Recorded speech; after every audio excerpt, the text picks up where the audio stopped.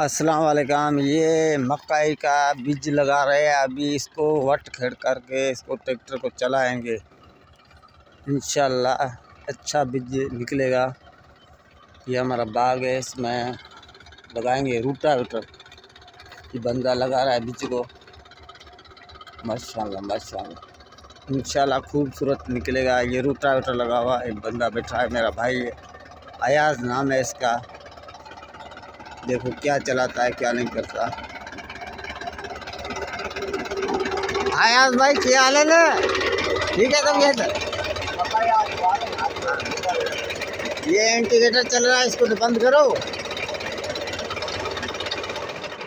जी भाई बोलो। क्या करोगे आज?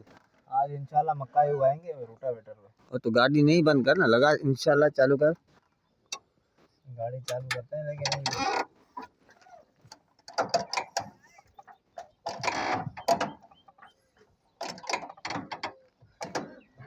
या वीडियो आसी मेरी ओसो हलावण या डांगी कटे से आयो ना कोनी कटी थी।